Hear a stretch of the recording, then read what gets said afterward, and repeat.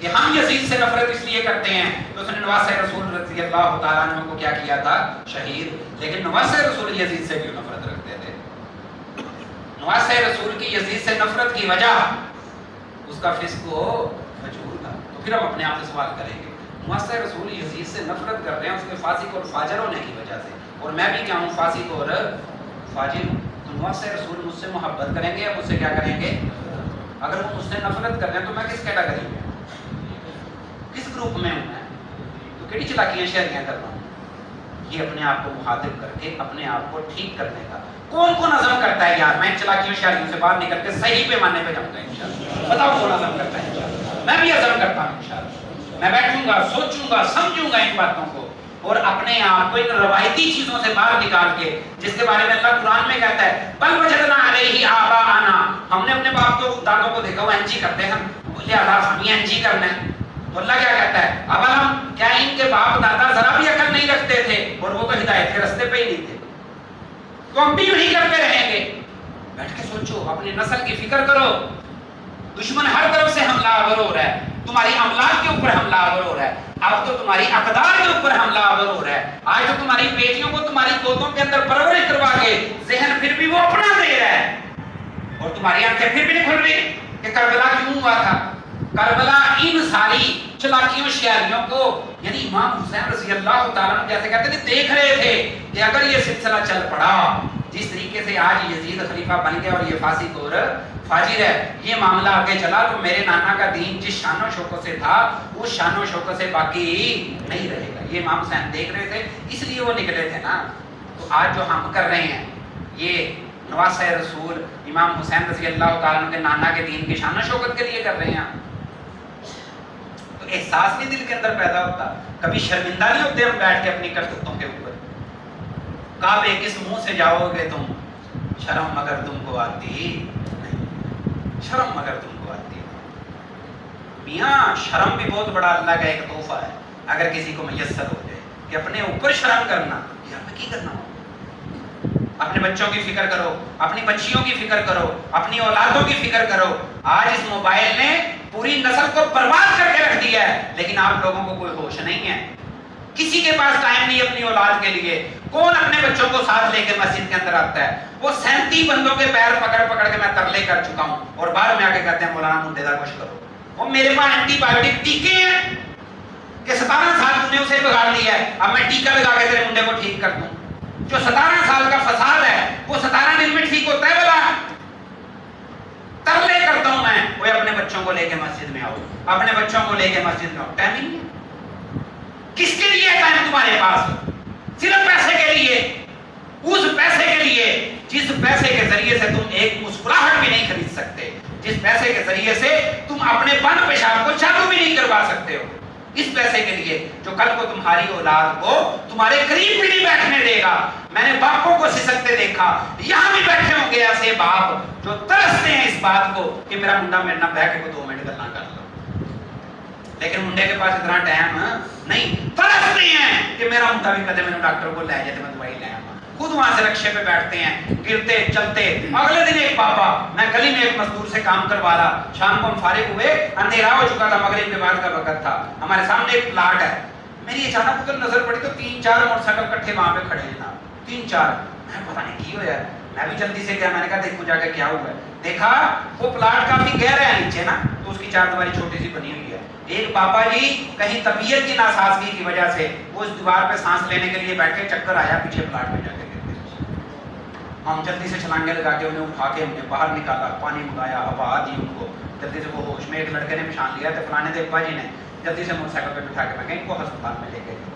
وہ ترس گئے باپ کہ ان مردودوں کے پاس اتنا ٹائم ہو گیا ہمیں کہیں بٹھا کے موٹر سائیکل پہ وہاں چھوڑا یا باہر لے آئے، ان کے پاس ٹائم نہیں، ان کا قصور نہیں، تم نے ان کو باپوں کو ٹائم دینا سکھایا ہی کہاں ہے؟ تم نے ایک ہی چیز سکھائی ہے، پیسے پیسے، تینوں باہر کرنا ہے، تینوں انج کرنا ہے، تینوں ڈاکٹر بنانا ہے۔ تم نے جو ان کو سکھایا ہے وہ انہوں نے صحیح سیکھا ہے، تم نے ان کو صحیح سکھایا ہی نہیں کہ باپ کی خدمت سے بڑھ کے دنیا کے اندر کوئی بھی کمال کی بات نہیں۔ سکھاتے تو تیرے پاس بیٹھتے نا، وہ ٹائم ہی نہیں تمہارے پاس ہو۔ میری التجا ہے، آپ بھی جاگ جاؤ، اللہ کی قسم میرا سب سے قیمتی اثاثہ میرے بچے ہیں، میرا سب سے اچھا وقت میرے بچوں کے ساتھ گزرنا چاہیے. وہ کمائی میں کمی کر لو, چیزوں میں کمی کر لو, کمپرومائز کر لو, یار تھوڑا کھا لیں گے, ہلکا پا لیں گے, کاٹپ کا سالن بنا لیں گے, لیکن بچوں کی تربیت میں کمپرومائز نہ کرو. جتنے اندھے طریقے سے تم کر رہے ہو, تو بہاولپور اسلامیہ یونیورسٹی جیسے معاملات صرف ایک بہاولپور میں نہیں ہو رہے, پورے پاکستان کی یونیورسٹیوں کے اندر یہ گند پھیلا ہوا ہے, اور تم صرف یونیورسٹیوں کی باتیں کرتے ہو. میں کہتا ہوں میڈل پرائمری اسکول سے یہ گند شروع ہو رہا ہے اور جگہ اوپر تک جا رہا ہے. تمہارے پاس کوئی ٹائم نہیں اپنی نسل کو دینے کے لیے. تم اپنے بچوں کی ذرا پرواہ نہیں کرتے. میں صاف کہتا ہوں, کسی باپ کو اپنے بچوں کی فکر نہیں ہے, بس ایک ہی فکر ہے, میں چاہنا میں ٹھیک ہو جائے. جب تو ٹھیک نہیں تو یہ خاص ٹھیک ہوگا. اگر میں چاہتا ہوں میرا بچہ ٹھیک ہو تو اس کے لیے کیا کرنا پڑے گا؟ بولو, وہ مجھے ٹھیک ہونا پڑے گا یار. میں کہتا ہوں میرا بچہ موبائل استعمال نہ کرے تو اس کے لیے گھر جاتے ہی مجھے جیب سے نکال کے 2.5 گھنٹے موبائل استعمال کرنا پڑے گا. اس کے لیے مجھے اپنے اوپر پابندی لگانی پڑے گی کہ گھر جا کے کبھی بھی میں موبائل استعمال بچوں کو پتہ چلے گا کہ یہ کام نہیں کرانا تھا. کیوں نہیں سمجھ رہے میری ان باتوں کو؟ یہ نتیجے ہیں اس کے, یہ نکلیں گے. آج تم جو کر رہے ہو یہ تمہارے سامنے آئے گا, اس لیے میں یہ پسینوں پسین آپ کے سامنے ہو رہا ہوں. اللہ واسطے سمجھ جاؤ. جب ہاتھوں سے چیزیں نکل جاتی ہیں پھر کوئی مولوی, کوئی منیر صاحب, کوئی فلانا صاحب, کوئی تویز گنڈا صاحب, جو مرضی کرا لو, جب تنے درختوں پہ ٹیڑھے ہو جاتے ہیں پھر کبھی بھی وہ سیدھے نہیں ہوا.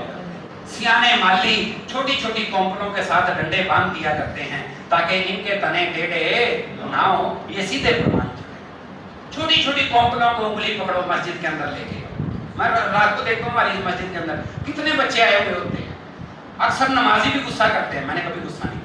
ہاں, انہیں ترتیب سے ضرور کھڑا کرتا ہوں, ادھر آگے ہو, پیچھے ہو, ادھر ہو, یہ وہ. آپ اندازہ لگا لینا پورے علی پور میں پھر کے, میرا ایک اندازہ ہی ہے, کوئی حتمی بات نہیں. سب سے زیادہ بچے یہاں آپ کو نماز پڑھتے ہوئے نظر آئے. میں کبھی نہیں روکتا, میں کہتا ہوں بٹے نہیں آندے, چلو شاید ہے ہی صحیح.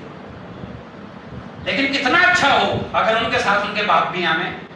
جب باپ ساتھ کھڑا ہوگا تو مجھے کھجر ہونے کی ضرورت نہیں کہ پتر تو سجدہ صحیح نہیں کرتا پیا, تو رکوع صحیح نہیں کرتا پیا, کہ 70 بچوں کی میں نگرانی کروں.